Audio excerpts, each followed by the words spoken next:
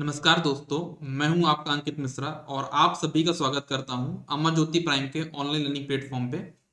आज हम यहां पे पढ़ने जा रहे हैं क्लास 10th का जनरल साइंस, या हम उसको बोले फिजिक्स का जो पार्ट है, जो कि चैप्टर नंबर हमारा है लाइट। उसका हम पार्ट 1 यहाँ पे डिस्कस करने वाले, बिल्कुल बेसिक डिस्कस करेंगे और कोशिश करेंगे कि जितने भी इसमें क्वेश्चन बन सकते हैं वो सारे आपके पास यहाँ पे कवर हों।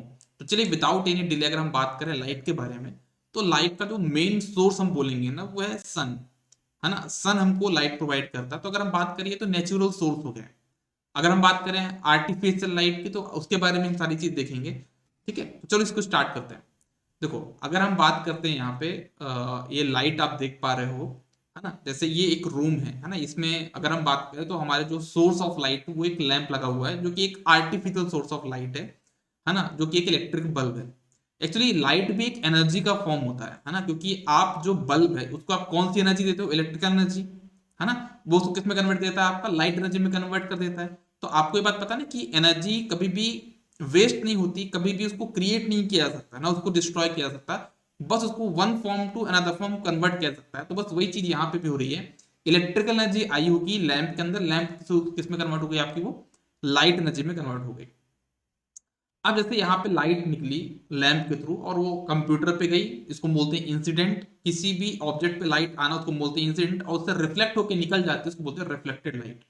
तो हम यहाँ पे इनके बारे में जानेंगे कि इंसिडेंट और रिफ्लेक्शन क्या होता है। वो सारी चीजें हम यहाँ पे डिस्कस करने वाले हैं। इवन अगर मैं बात करूं कि आप सभी लोग यहाँ पे जो भी यहाँ इस रूम में प्रेजेंट होंगे, वो इस कंप्यूटर को देख पाएंगे। क्यों देख पाएंगे? उस देखने की रीजन यही है कि लैंप से एक लाइट निकली होगी, कोई लाइट रेज निकली होंगी, जो कि कंप्यूटर पे जाके कंप्यूटर से रिफ्लेक्ट हुई होंगी, और वो रिफ्लेक्टेड लाइट आपकी आंखों तक जब पहुंचेगी तो आप उस ऑब्जेक्ट को देख पाते हैं। तो किसी भी चीज के देखने के पीछे का रीजन आपका रिफ्लेक्शन ही होता है। जैसे ये टॉर्च है ना, इसको मैं ऑन करता हूं तो मुझे क्या मिलती है? लाइट मिलती है। और वही हम यहाँ पे पढ़ने वाले हैं। जैसे मैंने लाइट के बारे में बताया, light is a form of energy. Light एक एनर्जी। कोई पूछे कौन सी एनर्जी है, तो आप बोलना light is a radiant energy. कोई अगर पूछे आपसे कभी भी लाइट क्या है, तो क्या बोलोगे? Light is a form of energy. या फिर कौन सी एनर्जी है?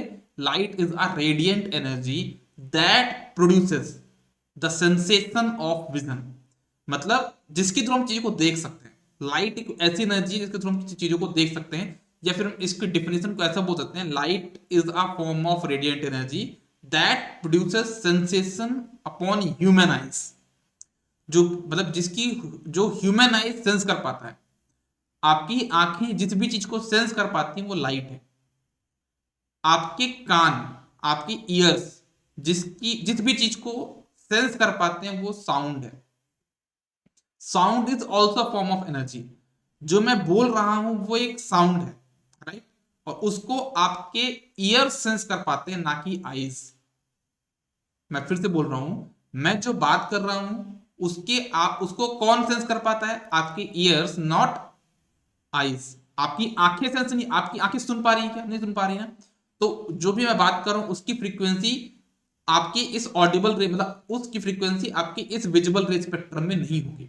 तो इसके बारे में हम सारी चीजें बात करेंगे, है ना? अभी आपके लिए सिर्फ मैंने ये बताया कि लाइट एक एनर्जी का फॉर्म है। और कौन सी एनर्जी का फॉर्म है? रेडिएंट एनर्जी का फॉर्म है, जो कि ह्यूमन आइज सेंस कर पाती है।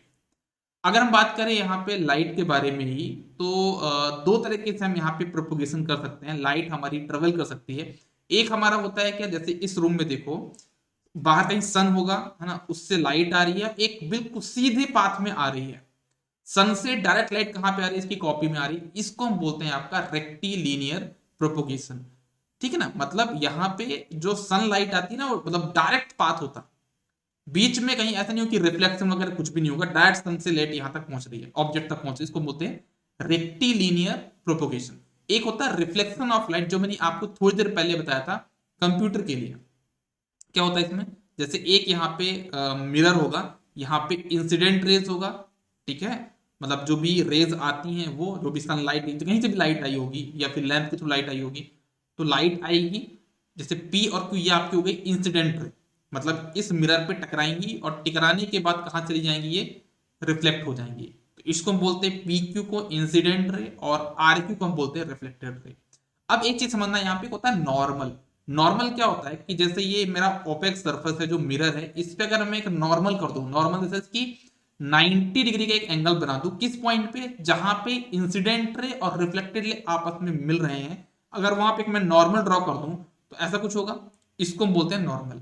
अब ये समझना, जो इंसिडेंट रे है ना, जो इंसिडेंट रे है वो नॉर्मल के साथ एक एंगल बनाती है, और रिफ्लेक्टेड रे है वो भी नॉर्मल के साथ एक एंगल बनाती है। तो हम क्या बोलेंगे कि हमारा जो इंसिडेंट एंगल है वो रिफ्लेक्टेड एंगल के बराबर होगा, और इसी को बोलते हैं लॉ ऑफ रिफ्लेक्शन, राइट। तो हम मैंने क्या बोला आपको, यहां पे देखिएगा, ये एक एंगल ऑफ इंसिडेंस हो गया, एंगल ऑफ रिफ्लेक्शन हो गया। तो I इक्वल्स टू R होता है, और इसे हम बोलते हैं क्या, लॉ ऑफ रिफ्लेक्शन। दो लॉ होते हैं। पहला लॉ क्या है कि जो इंसिडेंस एंगल होगा वो रिफ्लेक्शन एंगल के बराबर होगा, the angle of incidence is equals to the angle of reflection. ये आपका पहला पॉइंट हो गया।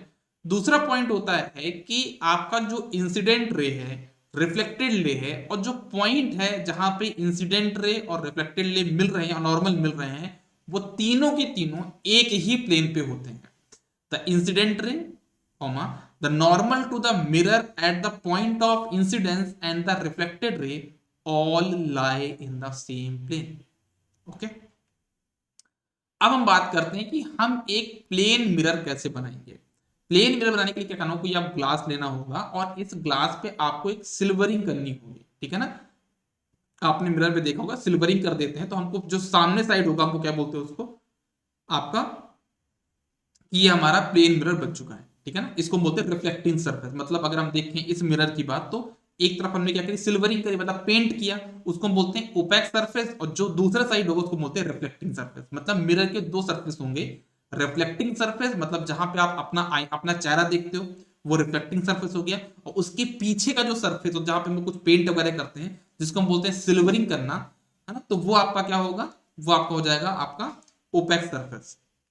जैसे कि ये आपका मिरर बनाया मैंने, ये आपकी हो गई क्या, रिफ्लेक्टिंग सरफेस, और इसके जो पीछे उसको बोलते हैं ओपेक सरफेस। तो मतलब हमारे जो ऑब्जेक्ट रखे जाते हैं वो कहां पे रखे जाते हैं, वो रिफ्लेक्टिंग सरफेस के सामने रखे जाते हैं। ऐसा मत बोलना ओपेक सरफेस के सामने रखे जाते हैं, क्यों, अरे भाई आप घर में जब मिरर देखते हो तो मिरर के पीछे देखते हो कि मिरर के आगे देखते हो, सामने देखते हो ना, मतलब रिफ्लेक्टिंग सरफेस पे देखते हो। टाइप ऑफ रिफ्लेक्शन की हम बात करेंगे तो दो टाइप के रिफ्लेक्शन होते हैं। पहला होता है रेगुलर रिफ्लेक्शन, और एक होता है आपका इरेगुलर रिफ्लेक्शन। रेगुलर रिफ्लेक्शन ये होता है, मान लो आपका कोई वाटर है या फिर कोई प्लेन सरफेस है, तो वहां पे इंसिडेंट रेज आएंगी और आपका आपका रिफ्लेक्टेड रेज होंगी। तो इसमें क्या होगा कि एक जो रिफ्लेक्शन होगा एक प्लेन सरफेस पे होता है, एक स्मूथ सरफेस पे होगा, उसको हम बोलते हैं रेगुलर रिफ्लेक्शन। इसको बोलते हैं स्मूथ मिरर में जो चीजें होती हैं। एक होता है आपका इरेगुलर रिफ्लेक्शन, जो कि आपका कहां पे होता है, रफ सरफेस पे होता है। जैसे कि मान लो आपका बाउंड्री हो गया, सरफेस हो गया, है ना, रफ सरफेस हो गया, आपका फ्लोर हो गया, आपका मूविंग वाटर हो गया, है ना, उनपे जो भी आपका रिफ्लेक्शन होगा that will be your irregular reflection. जैसे कंक्रीट वॉल हो गए, रनिंग वाटर हो गया, इस पे जो भी रिफ्लेक्शन होगा वो आपका इरेगुलर रिफ्लेक्शन कहलाएगा। आप देख सकते हो ना कि इंसिडेंट रेस तो सभी में सेम है, लेकिन जो रिफ्लेक्शन हो रहा है ना वो अलग अलग हो रहा है ना। तो ये होता है आपका इरेगुलर रिफ्लेक्शन। अब हम बात करते हैं कि जो हमारा प्लेन मिरर हमने बनाया है ना, मैंने बताया वो कैसे बना सकते हैं प्लेन मिरर। उसमें जो ऑब्जेक्ट हमको देखने को मिलता है, जो हमारी इमेज देखने को मिलती है, उसकी कुछ कैरेक्टरिस्टिक्स होती हैं। तो वो क्या क्या कैरेक्टरिस्टिक्स होंगी वो हम लोग यहाँ पे डिस्कस करते हैं।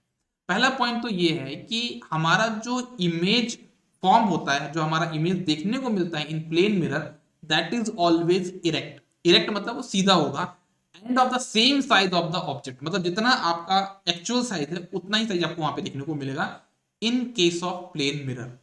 जैसे कि यहाँ पे आप देख सकते हो, एक कोई बंदा यहाँ पे खड़ा है तो मिरर पे देखता है तो बिल्कुल सीधा दिख रहा है आपको, और वो आपका एक्चुअल सेम साइज पे दिख रहा है।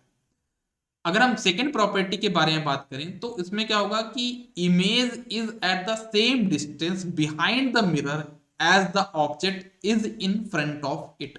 जैसे कि मान लो यहाँ पे एक मिरर है, उसके सामने चेस रखा हुआ है, तो जितना चेस से मिरर की डिस्टेंस है उतना ही हमको क्या होगा, उस मिरर से उस ऑब्जेक्ट की डिस्टेंस हमको देखने को मिलती है। Got it? ओके, तो ये प्रॉपर्टी आपको समझ में आ गई। एक प्रॉपर्टी और होती है कि हमारी जो इमेज होगी ना वो कहीं ना कहीं इन्वर्टेड हमको दिखाई देती है। जैसे कि मान लो आप मिरर के सामने अपना लेफ्ट हैंड ऊपर करके देखोगे तो आपको मिरर में ऐसा लगेगा कि आप राइट हैंड ऊपर करके बैठे हो, ठीक है ना। तो ये चीज भी आपको ध्यान में रखनी है। जैसे कि एक क्वेश्चन मैंने आपसे पूछा कि एक प्लेन मिरर है आपके सामने, उसके सामने एक रोबोट है जो कि 8 मीटर की डिस्टेंस पे है। तो क्वेश्चन पूछ जा रहा है कि at what distance from him will his image be formed. तो क्या बोलोगे? देखो, अभी प्लेन मिरर से रोबोट की जो डिस्टेंस है वो 8 मीटर है, तो जो इमेज फॉर्म होगी आपकी रोबोट की फ्रॉम द प्लेन मिरर, वो कितना दिखाई देगा आपको? 8 मीटर। इधर भी होगा, इमेज फॉर्म होगा, तो जो डिस्टेंस होगी रोबोट की इमेज से कितनी हो जाएगी? 8 प्लस 8 16 मीटर हो जाएगी। ओके, तो आई होप आपको पॉइंट क्लियर होगा।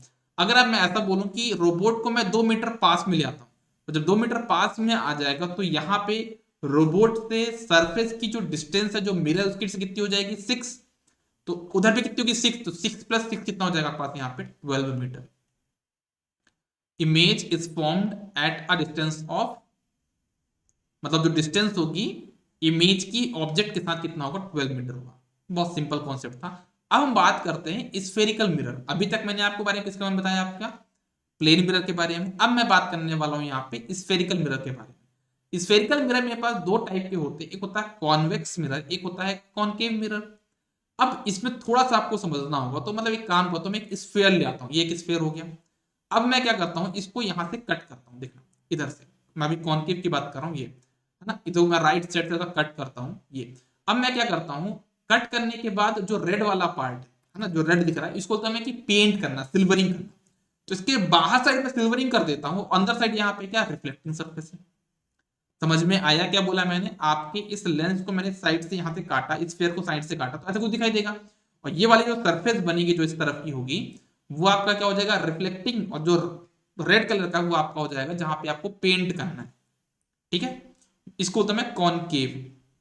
एक होता है आपके पास यहाँ पे कॉन्वेक्स, उसमें क्या करना है, आप इसको लेफ्ट साइड से अगर कट करोगे तो ऐसा कुछ दिखाई देगा। अब जहां पे ये ब्लू ब्लू पार्ट दिख रहा है ना आपको, ये इसमें आप क्या कर दो, इसमें पेंट कर दो। और जो इसके लेफ्ट हैंड साइड वाला पार्ट होगा, इसमें क्या होगा? रिफ्लेक्टिंग सरफेस कहलाएगा ये। मतलब जहां पे ऑब्जेक्ट सामने रखा जाता है, तो इसको हम बोलते हैं कॉन्वेक्स, और इसके पहले वाला हमारा होता है कॉनकेव। तो अब इसमें से लोगों को डिफरेंस आता है कि इस तरह से पहचाने कैसे, है ना, इनमें डिफरेंस कैसे जानेंगे। तो मेरा एक सिंपल सा फंडा इसको मैंने याद करने का तरीका बनाया है। कॉन्वेक्स एंड कॉनकेव दोनों में ही कि कौन कौन से वर्ड से स्टार्ट हो रहा है? सी से स्टार्ट हो रहा है। अब अगर आप ध्यान से देखो तो कॉन्वेक्स वाला जो लेंस होता है वो कहीं ना कहीं आपके सी टाइप के शेप का होता है, लेकिन कॉनकेव वाला आपका उल्टा सी होता है। तो आप ऐसा याद कर लो कि कॉन्वेक्स जो लिखा है उसमें सिर्फ एक ही सी है, मतलब इसका शेप सी जैसा होगा।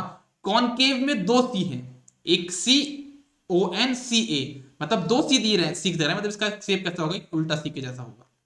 तो ये सब याद करने की फंडे हैं, ये आपको याद बनाना पड़ेगा, कुछ का कुछ कॉन्सेप्ट बनाना पड़ेगा। मैंने अपना क्या बनाया वो आपको बता दिया। मैंने क्या लिया, एक स्फेयर लिया और इसको यहां से कट किया, जो मैंने अभी बताया आपको। ये बन गया मेरा जो कौन सा? कॉन्वेक्स। देख सकते हो सी टाइप के शेप में है। और इधर से कट करूंगा और बाहर साइड क्या कर दूंगा? मैं पेंट कर दूंगा, है ना, इसको ओपेक सरफेस बना दूंगा मैं। तो क्या बन जाएगा मेरे पास? ये कॉनकेव। तो ये मेरे पास बन गए हैं क्या? Convex mirror and concave mirror. Convex का जो शेप है कहीं ना कहीं वो सी जैसा है, और कॉनकेव का शेप जो है वो एक तरह से इन्वर्टेड सी है, क्योंकि इसमें दो बार सी आ रहा है। एक रखने का तरीका हो गया। ठीक है ना। एक बात और ध्यान देना कि जो रिफ्लेक्टिंग सरफेस है उसमें इनर साइड पेंट किया गया है, लेकिन जो कॉनकेव शेप है उसमें बाहर तरफ पेंट किया गया है। मतलब जो हम सिल्वरिंग करते हैं कॉन्वेक्स मिरर में वो इनसाइड करते हैं, लेकिन जो हमारा कॉनकेव मिरर होता है उसमें हम आउटर साइड क्या करते हैं? सिल्वरिंग करते हैं। ये मैंने दोनों मिरर के लिए बताया कि हमारा जो स्फेरिकल मिरर दो टाइप के होंगे, कॉन्वेक्स एंड कॉनकेव।